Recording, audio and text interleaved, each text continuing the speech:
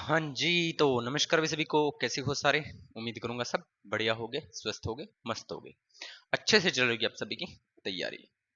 तो चलिए करते हैं अपना नया चैप्टर शुरू।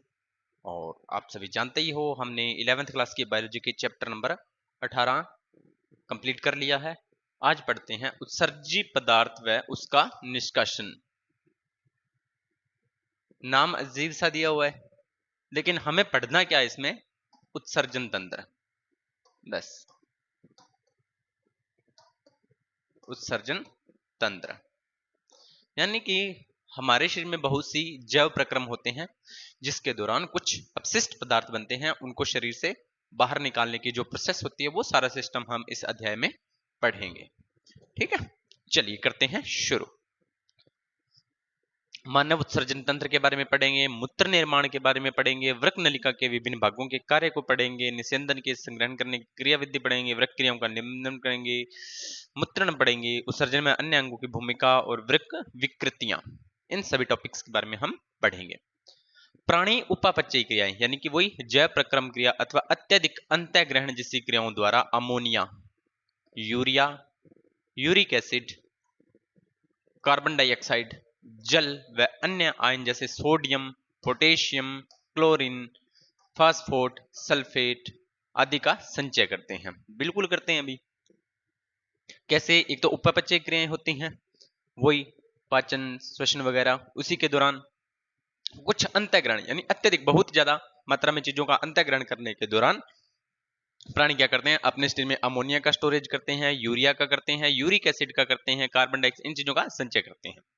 प्राणियों द्वारा इन पदार्थों का पूर्णतः या आंशिक रूप से निष्कासन आवश्यक है। बिल्कुल ये कह रहा है कि प्राणियों द्वारा इनका निष्कासन जो क्या है, आवश्यक है। किन किन का? अमोनिया का निष्कासन भी आवश्यक है, यूरिया का निष्कासन भी आवश्यक है, यूरिक एसिड का निष्कासन भी आवश्यक है, कार्बन डाइऑक्साइड का, जल का, अन्य आयन जैसे इनका या तो आंशिक रूप से यानी कि थोड़ी मात्रा में, या पूर्णतः यानी कि संपूर्णतः उसका निष्कासन है वो जरूरी है। अगर निष्कासन नहीं होगा तो बॉडी में वो चीजें खराब करेंगी। इस अध्याय में आप इन पदार्थों को साथ ही विशेष रूप से नाइट्रोजनी अपशिष्टों का निष्कासन का अध्ययन करेंगे। प्राणियों द्वारा उत्सर्जित होने वाली नाइट्रोजनी अपशिष्टों में मुख्य रूप से अमोनिया, यूरिया और यूरिक एसिड है।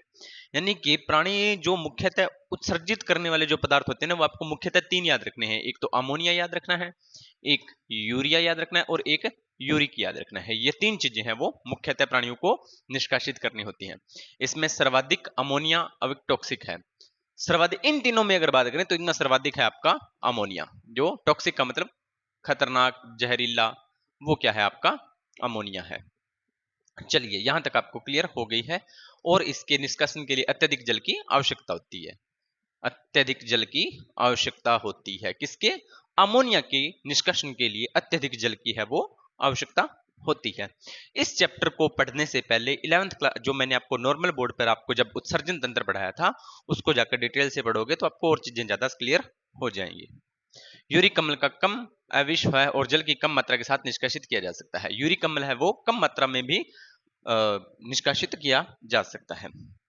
अमोनिया के उत्सर्जन की प्रक्रिया को अमोनियोत्सर्ग प्रक्रिया कहते हैं। लो भाई, अमोनियोत्सर्ग क्या है? तो नाम से ही पता लग रहा है, बताने की जरूरत ही नहीं है। अमोनिया का उत्सर्जन, अमोनियोत्सर्ग, बात खत्म।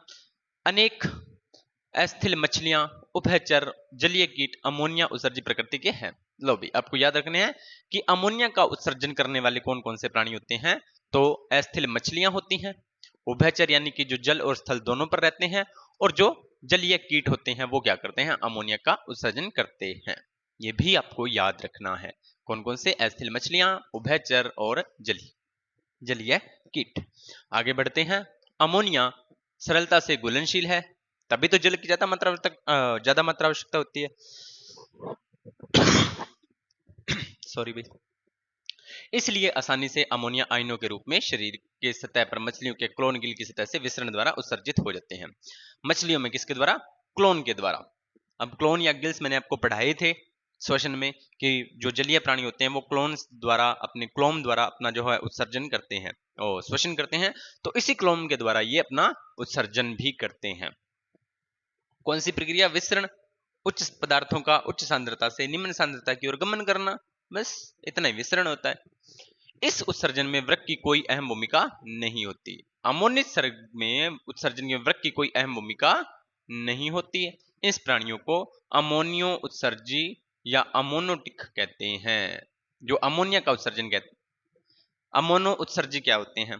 तो पहले आपको यही बात है, जो अमोनिया का उत्सर्जन करते हैं उन्हें अमोनिया उत्सर्जन कहते हैं। कौन कौन से होते हैं? जैसे उभयचर, मछलियां, जलीय कीट, जल में घुलनशील होते हैं, विसरण द्वारा या विसरण प्रक्रिया द्वारा, क्लोम के द्वारा ये अपने पदार्थों का उत्सर्जन कर लेते हैं। ये तो है जलीय पदार्थों की बात।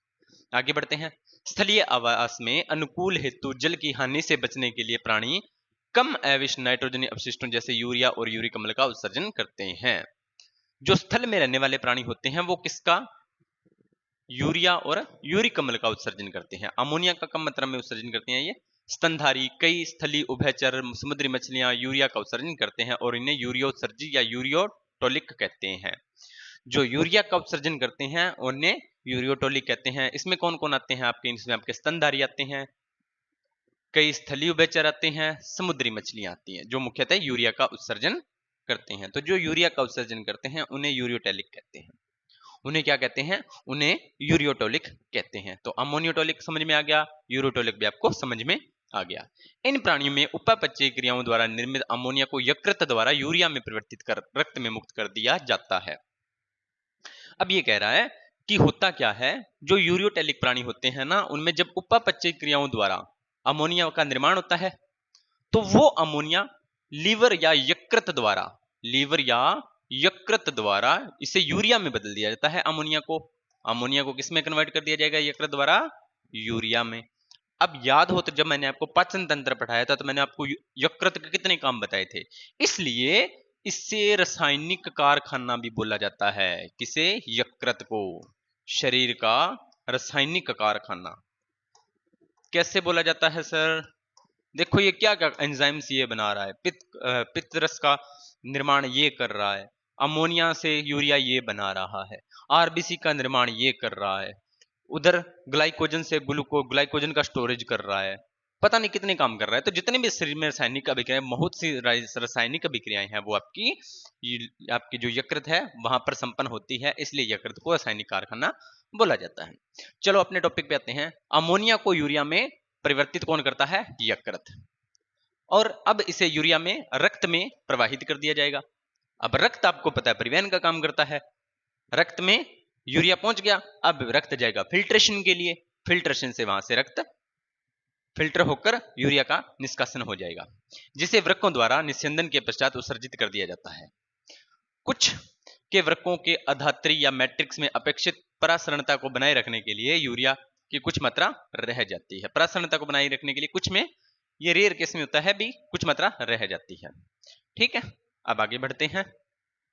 सरीसृपों, पक्षियों, स्थलीय घोंघों, कीटों में नाइट्रोजन अपशिष्ट यूरिक अम्ल उत्सर्जन जल की कमी के मात्रा के साथ गोलिकाओं या पेस्ट के रूप में होता है और ये यूरिक अम्ल उत्सर्जी कहलाते हैं। पहले अमोनियोत्सर्जी, फिर यूरियोत्सर्जी, अब यूरिक अम्ल उत्सर्जी। तो यूरिक अम्ल उत्सर्जी में कौन कौन आते हैं? एक तो आपके रेप्टाइल्स आते हैं, यानी कि सरीसृप आते हैं, दूसरे आपके पक्षी आते हैं, तीसरे आपके स्थलीय घोंघे आते हैं, चौथे आपके कीट आते हैं। वो नाइट्रोजन अपशिष्ट, क्योंकि हम जब उत्सर्जन में पढ़ते हैं तो मुख्यतः मैंने आपको अभी थोड़ी देर पहले बताया नाइट्रोजन पदार्थों का निष्कासन किया जाता है, जिसमें अमोनिया, यूरिया और यूरिक एसिड, तीन मुख्यतः होते हैं। अमोनिया बता दिया, यूरिया बता दिया, अब यूरिक एसिड की बात कर रहे हैं। तो यूरिक अम्ल का निष्कासन या उत्सर्जन जल की कम मात्रा के साथ, जल की कम मात्रा यानी कि जल की हानि बहुत कम होती है, गोलिकाओं या पेस्ट के रूप में, या तो वो यूरिया का निष्कासन गोलिकाओं के रूप में करते हैं या पेस्ट के रूप में करते हैं, और इसे यूरिक अम्ल उत्सर्जी कहते हैं। प्राणी जगत में कई प्रकार के उत्सर्जी अंग पाए जाते हैं। प्राणी जगत में कई प्रकार के उत्सर्जी अंग पाए जाते हैं। ये धीरे धीरे टॉपिक वाइज अपने को अपने ही यानी कि मानव उत्सर्जन तंत्र की तरफ भेजने की कोशिश कर रहा है। ठीक है, अधिकांश अकशेरुकी प्राणियों में यह संरचना सरल नलिका के रूप में होती है। अकशेरुकी प्राणियों में यह संरचना सरल नलिका के रूप में होती है। जबकि कशेरुकियों में जटिल नलिकाकार अंग होते हैं। कशेरुकियों में जटिल नलिकाकार अंग होते हैं जिन्हें वृक्क कहते हैं। जिन्हें क्या कहते हैं? वृक्क, किडनी, गुर्दा। ठीक है, चलिए अब है इसके कुछ एग्जांपल्स हैं वो देखते हैं। अधिवृक्क, प्रोटोनेफ्रिडिया या ज्वाला कोशिकाएं प्लेटीहेल्मिन्थेस, चपटे कृमि जैसे प्लेनेरिया, रोटीफोर, कुछ एनेलिड, सिफेलोकोड, एम्फियो आदि में उत्सर्जी अंग संरचना के रूप में पाए जाते हैं। किसमें? अधिवृक्क। अधिवृक्क है वो या ज्वाला कोशिकाएं। अधिवृक्क या ज्वाला कोशिकाएं हैं वो किसमें पाई जाती हैं? प्लेटीहेल्मिन्थेस में पाई जाती हैं, रोटीफोर में पाई जाती हैं, एनिलिड्स में पाई जाती हैं। इनमें मुख्य रूप से पाई जाती हैं। अधिवृक्क प्राथमिक रूप से आयनों व द्रव्य के आयन नियमन जैसे प्राथमिक से संबंधित है। तो यहां से जो आपका क्वेश्चन बनता है वो ये पूछ सकता है कि अधिवृक्क या ज्वाला कोशिकाएं किसमें पाई जाती हैं? तो आप कह सकते हो एक तो प्लेटीहेल्मिन्थेस में पाई जाती हैं, रोटीफोर में पाई जाती हैं, एनिलिड्स में पाई जाती हैं। ये मुख्यतः याद रखने वाली बातें हैं। आगे बढ़ते हैं। केंचुआ, केंचुआ व अन्य एनिलिड में नलिकाकार उत्सर्जी अंग वृक्क पाए जाते हैं। नलिकाकार उत्सर्जी अंग वृक्क पाए जाते हैं किसमें? केंचुआ व एनिलिड्स में। वृक्क नाइट्रोजनी अपशिष्टों को उत्सर्जन करने व द्रव्य और आयनों का संतुलन बनाए रखने में सहायता करते हैं। ये देखो, वृक्क का कई बार काम पूछ लेता है। हमें लगातार पढ़ते हुए आ रहे हैं, हमें पता है वृक्क उत्सर्जन का काम करते हैं, उत्सर्जन का काम करते हैं, उत्सर्जन का काम करते हैं, लेकिन इस बात को स्टार लगाओ कि द्रव और आयनों का संतुलन भी बनाए रखते हैं। यानी कि हमारे शरीर में जल और जो द्रव्य पदार्थ होते हैं और जो आयंस होते हैं उनका संतुलन भी ये बनाए रखते हैं। इस बात का आपको विशेष रूप से ध्यान रखना है। तिलचट्टा यानी कॉकरोच, देखा होगा सभी ने। सहित अधिकांश कीटों में उत्सर्जन के रूप में मैलपीगी नलिकाएं पाई जाती हैं। लो भाई, ये क्वेश्चन पूछा गया है कि तिलचट्टा या कॉकरोच में उत्सर्जन किसके द्वारा होता है? तो मैलपीगी नलिकाओं के द्वारा। अगर याद हो तो जब मैंने आपको कॉकरोच पढ़ाया था तब वहां पर मैंने आपको ये चीजें बताई थी। मैलपीगी नलिकाएं नाइट्रोजनी अपशिष्टों के उत्सर्जन और प्रसारण नियमन में मदद करती है। झींगा, प्रॉन जैसे क्रिस्टाई प्राणियों में शंगिक ग्रंथियां या हरित ग्रंथियां उत्सर्जन का कार्य करती हैं। ये भी पूछ सकता है, हरित ग्रंथियां। चलिए अब अपने आते हैं मानव उत्सर्जन तंत्र। ये देखो आपका मानव उत्सर्जन तंत्र। आपको थोड़ा जूम करके दिखाते हैं चीजों को।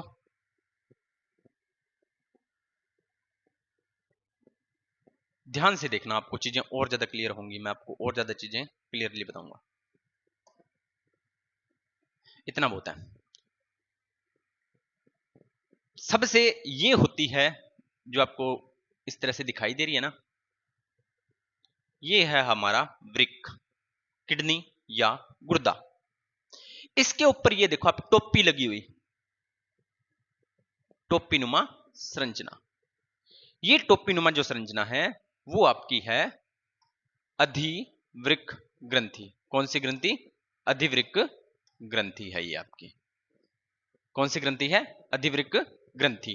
तो कई बार पूछ लेता है कि अधिवृक्क ग्रंथि की लोकेशन कहां पे है। जब मैं आपको ग्रंथियां टॉपिक पढ़ाऊंगा तब इसको डिटेल से पढ़ेंगे। इसका एक नाम और होता है जिसका नाम होता है एड्रीनल ग्रंथि। कौन सी ग्रंथि? एड्रीनल ग्रंथि। इसे संकटग्रस्त ग्रंथि बोला जाता है, करो या मरो ग्रंथि बोला जाता है, वो सारी बातें हैं। ठीक है, अब ये देखो इसके बाद में आता है, ये है आपका वृक्क। हाँ जी सर, वृक्क तो समझ में आ गया।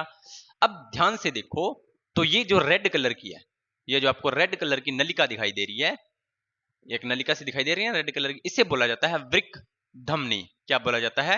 वृक्क धमनी बोला जाता है। और इसके ये पीछे देखो आपको हल्के नीले कलर की दिखाई दे रही है ये। चलो मैं इसको मिटाता हूं।